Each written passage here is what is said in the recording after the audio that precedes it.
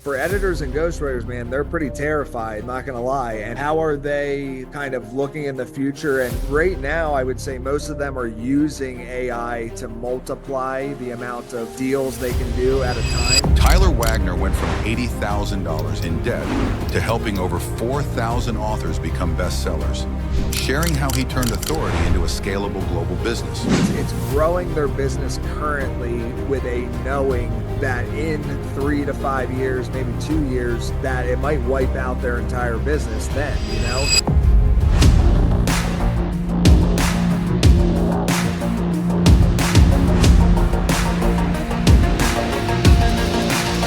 What's up, everybody? This is Ryan Van Ornum back with another edition of the Scaling Up Success Podcast. Today, we are brought to you by our sponsor, Synergist. That is our fractional operations company that helps you grow exponentially faster at just a little bit of the cost. Go check out Synergist.com. Also, while you're at it, make sure that you're hitting up our YouTube and Spotify pages. Make sure you like, comment, and subscribe to check out the other videos that we have there. Today, I'm super excited. I got Tyler Wagner of Authors Unite. Man, you are absolutely crushing it, my friend. How are you doing today? I'm doing great. Thank you for having me on. Absolutely, man. So, dude, tell us about Authors Unite because, dude, I love seeing what you got going on with being able to put out like 4,000 authors and millions of books that you've been selling all across the globe, man. That's unbelievable.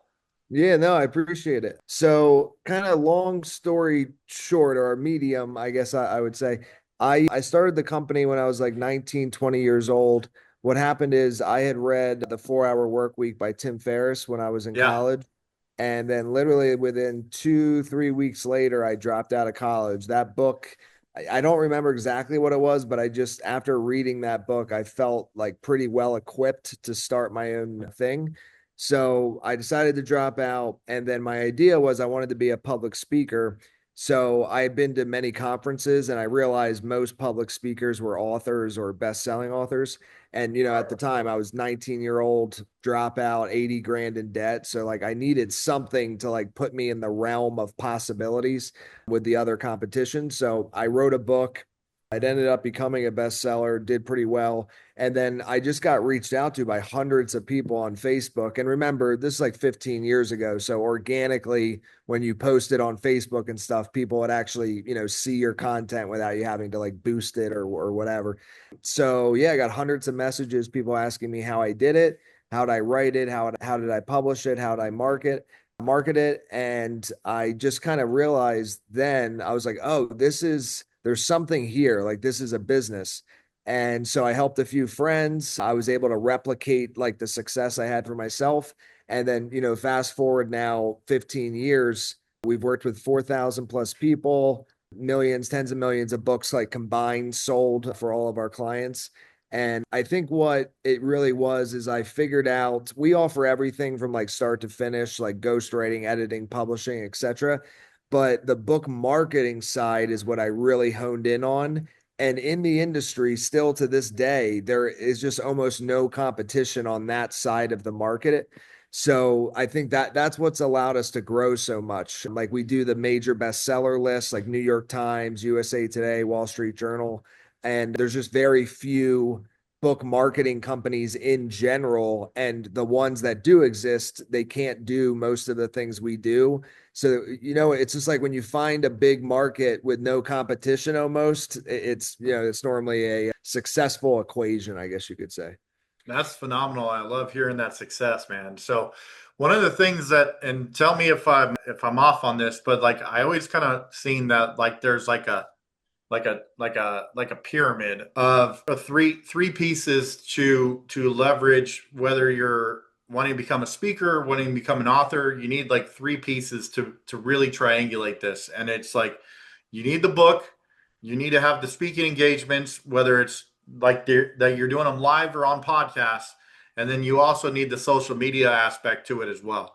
Is that what is still reigning king in that type of leverage piece? Yeah, I would say that pyramid that you explained there, I think that can definitely work. And to me, what I would recommend for people, if I were to kind of put it in I guess, a path for people, And I'm like kind of, I mean, a lot of my clients are good success stories of this as well, but I think like actually we have had a few clients that are like kids, but through the parents, obviously. But I would say I'm the youngest adult person that I know that has gone through this process.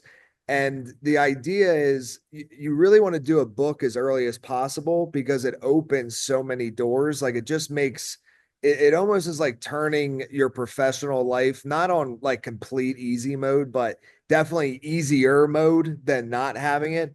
Like becoming a best-selling author, it just is the best branding tool. Like it to me, it's like better than doctor, like people just respect it so much. And so I would do to kind of go off what you said, I would become a best-selling author first, or at least an author, do that first. Then after, start growing your social medias.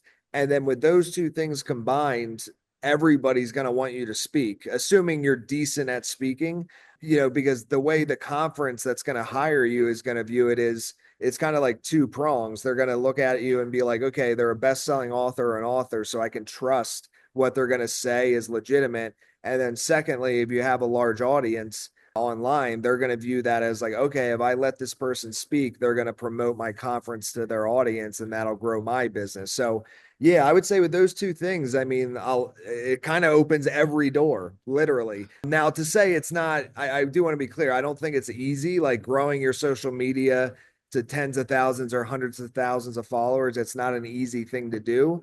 But if you put in the work, grow your email list, put out a lot of good, like super valuable content for free, it can happen over time. But you got to have patience for sure.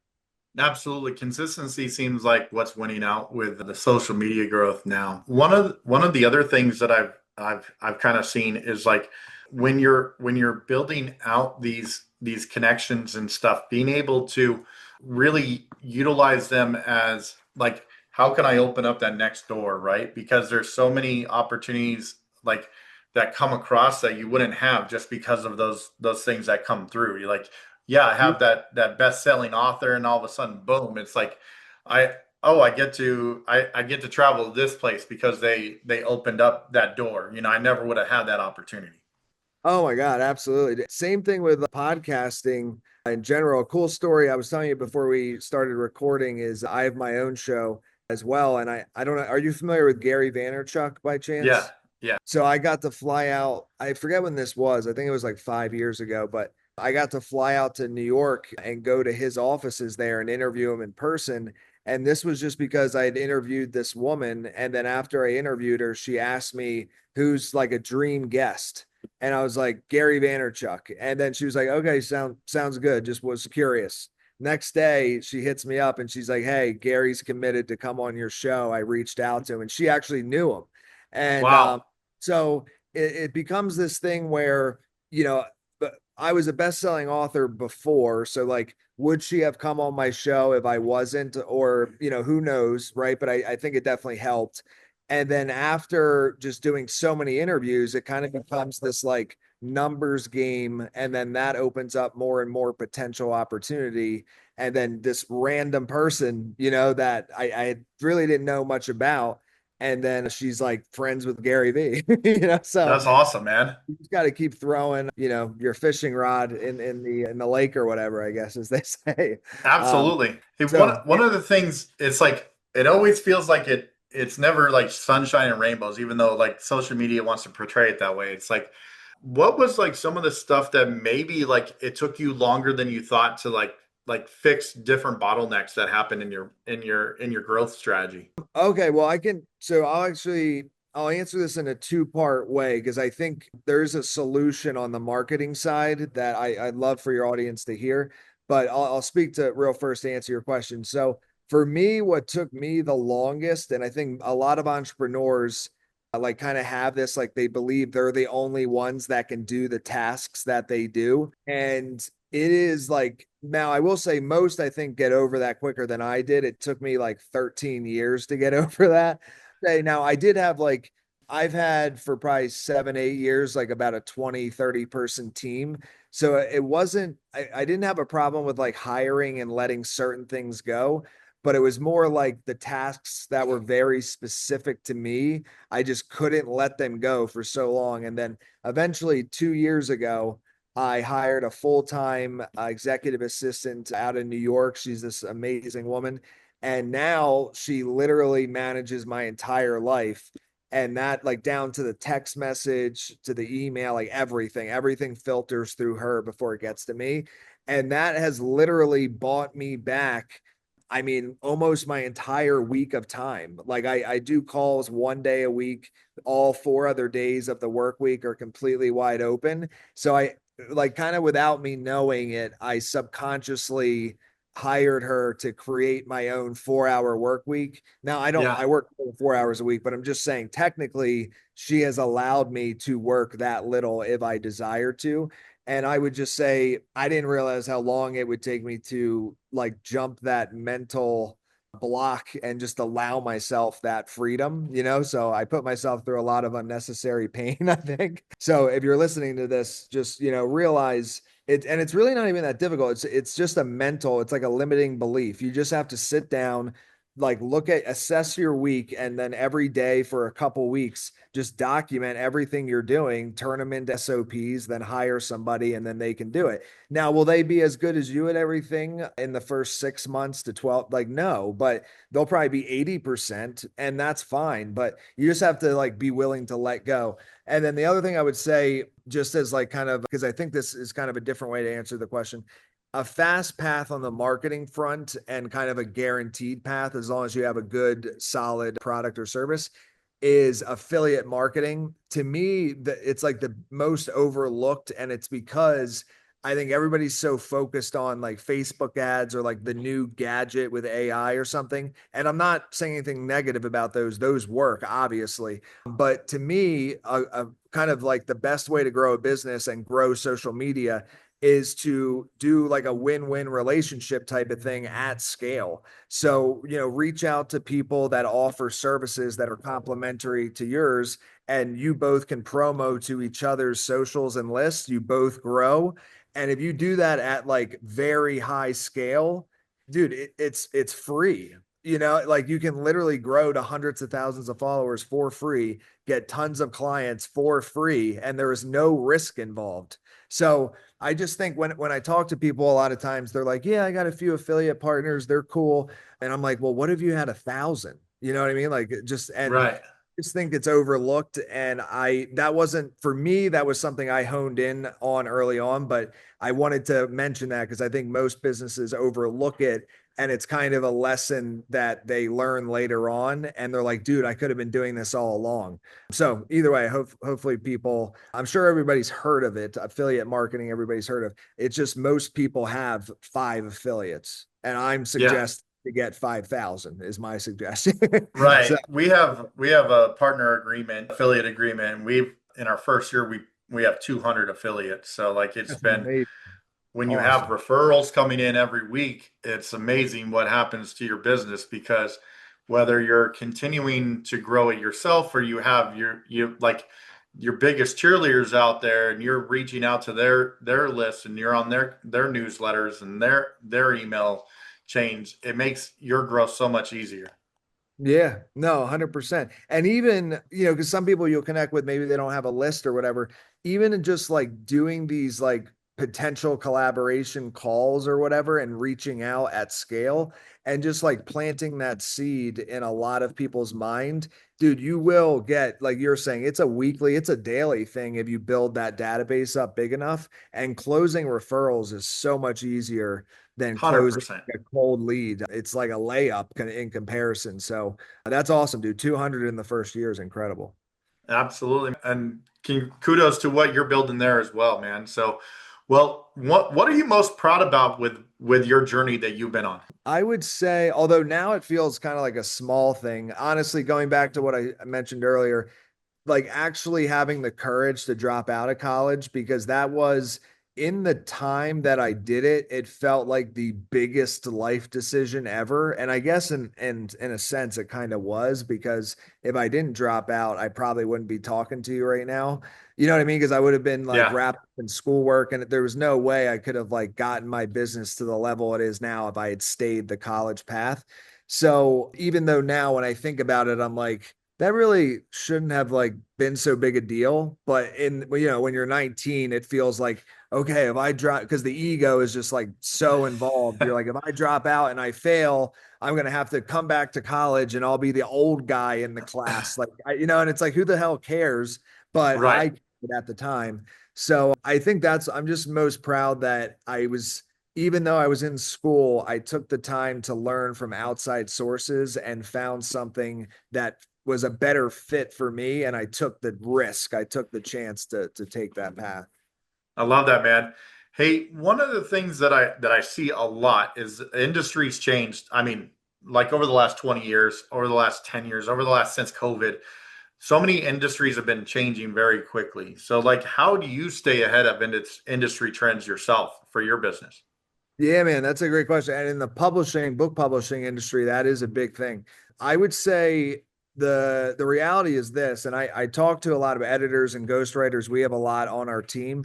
So for editors and ghostwriters, man, they're pretty terrified. I'm not gonna lie. And how are they kind of looking in the future and pivoting? Right now, I would say most of them are using AI to multiply the amount of deals they can do at a time. So it's actually kind of like it's growing their business currently with a knowing that in 3 to 5 years, maybe 2 years, that it might wipe out their entire business then. So I think, if I was an editor or ghostwriter myself, I run Authors United. I'm more like marketer and I guess sales. I can't, don't ask me to edit your book. That would be a terrible idea. But editing and ghostwriters, if I was them, I would be doubling down now while also building something different to do in the future. Because I just think like already you can upload your manuscript to ChatGPT or whatever and say, can you proofread and edit this? And it'll probably do better than a human. Now, when it Yeah. comes to developmental editing and ghostwriting, I think humans are still better at that currently. But in 2 to 3 years, I mean, who knows? That probably won't be the case. Now, on the flip side, book marketing, that's where I think like we still have a long kind of a lot of room and time, because I don't see how AI, it might help make our jobs as marketers easier, but I don't see how it's going to take the place of like understanding like how do you sell 10 to 20,000 books in a week and hit the New York Times list. I just don't think AI is going to be, it might be able to give the knowledge, but for the person to be able to implement that, they need to have a big audience, right? And if they don't, they have to hire somebody else like us that already has a huge audience of readers. So on that side of the business, I feel very comfortable for a while. It's just the publishing side and creating the book, I think is slowly going to fade away. And I guess, so I just wanted to explain that, but I guess to answer your question, it's just looking into the future and looking at the trends and just realizing like AI is going to take out a lot of jobs. Which ones are they? In my industry, it's the designers, the writers, the editors. Like book cover, dude, you're not going to need a graphic. You already don't need a graphic designer, honestly. Like you can just Yeah. go to ChatGPT, explain what you want your book cover to look like, tell it to give you 5 samples, pick the one you like the best. There's your book cover. So Yeah. designers are in trouble too. Well, and Yeah. the thing is too, you're still going to have people that are like right now we have this is the way that we kind of utilize it in my business for Synergist is Yeah. we are like the innovators. The innovators are only 2.5% of the entire population. Then you have like Early adopter. early adopters, and then you have like the early majority. That's like the full 50% of like business owners. Then you have late adopters. So like what we have right now is probably like early adopters, jumping into AI. And what we start to see is that the early majority is starting to dip their toe in, but there's still going to be, it's just finding those people for the next 5 years, like you were saying, to be able to continue to evolve what you're doing and stay in front of the trends. That's the people that no, I got this, and they put their heels in and dig their heels in. Those are the people that are probably going to be in trouble. I see. Oh my God. Yeah. I mean, I can't tell you how many people, because I got like a 20-person sales team, and I'll like monitor and help a lot of them with calls. And dude, it is mind blowing to me how many people are still to this day. And I think it's becoming less and less over time, but still Yeah. to this day, there's a lot of people that are like, I don't care with that AI stuff. Like, that's not for me. Like, I'm not, and I'm like, dude, it's not actually an option. Like, you know what I No. mean? Like, the truth is, it's not it's like literally a new layer of the internet is how I view it. Yes. It's like Yes. it's like, no, dude, you're already on AI. You don't even, dude, when you Google something, AI is the default mode now. Like it Right. comes, and all their results come below, but then their AI mode or whatever, that's the first. Yes. So actually you are using AI. You don't even know it though. So it's like, Absolutely.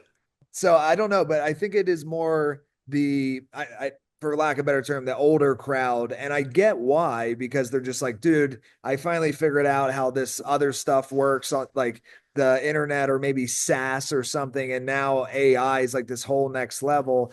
But the reality is actually AI is making a lot of things easier, like coding, Yes. SaaS. Like if you want to build a SaaS product, it's never been easier than it is today to do so. But that also opens the doors to more competition. But I would just say, don't be that person. Like, you have to get your toes wet in this, because think about one of your competitors at the very least is definitely doing that, and they are going to grow way faster than you if you do not get involved. So, um, 100%. that's what I would say. I love the way you paraphrase that. Appreciate that, man. Yeah. One of the things that we do here on the Scaling Up Success podcast is we like to get to know our founders and CEOs at a personal level. You up for a little rapid fire questioning? Yeah, I'm down. Let's do it. All right. So you're the author among authors, but what's the book that you're reading right now? Actually, it's a book everyone knows, the Bible. I'm currently Nice. reading the Bible. Yeah, it's in my backpack right next to me. Yeah. Very cool. What was the first job that you ever had? First job I ever had, I'm trying to think. I think I was 14, and I think it was McDonald's, and I think I lasted about 2 months, and then I was fired. Nice. You're But like, I can't do the fries anymore, bro. I gotta yeah, go. I was eating all the chicken nuggets. I think that was the problem. Hey, that'll get you every time, man. If you Good had excuse. one if you had one superpower, what would it be? I would say this is the first thing that popped in my head, is reading people's minds. I think that would be kind of cool to like That is know pretty dope. talking to somebody and you know what they're thinking, and then you could steer as a salesperson, right? That would be like the best weapon ever, because then you could steer at, you already know all the objections in their head, and then you can be like in front of everything, and they're like, dude, this person knows me so well, and then it'll close every time. So I don't know. I think that. I love that, man. Very cool. Hey, are you an early bird or a night owl? Oh my God. You know what's actually not good is I'm kind of both. I sleep very little. I stay up late, watch movies, and then I get up super early to go on long walks and start the workday early. So kind of both, honestly. Nice, very cool. Hey, if you could have dinner with one historical figure, whether it's living or deceased, who would it be? I mean, Jesus would be awesome. Alan Watts is another one. He's a personal development guy. I don't know if you heard of him, but he's really cool. If you Google or YouTube, there's a lot of old like talks that he did, and I think he's amazing. Awesome. What's the place on your bucket list travel spot that you still need to get to? I think like Fiji. I haven't been to Fiji, and I like people that have done that, like Tony Robbins. I think it's called like Diamond or something, like his like top thing. I think he hosts it there a lot of times, and I've just heard that Fiji's incredible, and I just haven't made it out there yet. Nice. Okay. A couple more. Do you have a favorite cheat meal? Oh, cheat meal. Oh my God. Yeah, I mean, definitely. I'm just thinking there's a lot of them. I would say ice cream, or just like a ridiculous amount of some sort of like protein that maybe isn't the best for you, like fried chicken or something. Nice. But yeah, I'm a foodie for sure. Love it. Last one. What's bumping on your workout playlist? Oh my God. These are good questions. My mix is crazy. I'm a music like fiend. What I've been listening to lately, Casey and the Sunshine Band. I'll mention that. I listen to them a My lot, like man. Boogie Shoes and stuff. I love that era. So I've been listening to them lately. Very cool, dude. Well, you crushed the rapid fire section, man. Thanks for sharing. Of course. Now, we talked a little bit of like superhero stuff, but dude, let's take this thing like a time traveler. Go back to when you dropped out of college. What's one piece of advice you'd give yourself? To not to to not worry so much about the like external potential like factors if I fail and just do what my gut was telling me to do for a while. And then by reading that book, it like gave me the confidence to do it. But if I had listened to my gut, I probably would have never even went to college. So I could have saved, that 80 grand in debt that I had when I dropped out. So, Sure, but, sure. but yeah, I would say that. Okay. What impact do you hope you leave as a legacy? I would say, yeah, I think being honest, like to me, the truth is the most important thing, even if it's like controversial. And in today's world, it seems like it is the most controversial. So I hope if I leave a legacy and stuff, which I think with Authors Unite, I would hope that I do. It was just that, I was honest with all of our clients and people that follow us, and hopefully that helped them through their path. Awesome, man. Where do you see yourself in 5 years? Still getting people on bestseller lists. I should have started my podcast back up again and probably just still kind of doing what I'm doing now, just at like even bigger scale, traveling the world. I don't know where I'll be. Every few months I go typically somewhere new. So, but yeah, I would say where I'm at now, but on maybe a more grander scale. Awesome, man. Well, Tyler, it's been an absolute pleasure having you on the podcast today, dude. Thank you so much for your time. If people are interested and want your services, how can they get a hold of you? For sure, man. Thanks for having me on again. The website's just authorsunite.com. And yeah, if you go there, you can book a call. Go ahead, run that back one more time. Yeah, no problem. It's just authorsunite.com and you can book a call with our team and we're happy to help. Awesome. Awesome. Man, Tyler, it's been, like I said, an absolute pleasure having you on, man. Thank you for coming on the Scaling Up Success podcast today. Of course. Thanks for having me, man. Appreciate it. Absolutely. Ryan Van Ornum signing off for the Scaling Up Success podcast. Until the next time, please go and check out our other videos. Make sure you like, comment, and subscribe on YouTube and Spotify. Thank you so much to our sponsor, Synergist, and go check them out at synergist.com. Till the next time, stay blessed, everyone. Take care.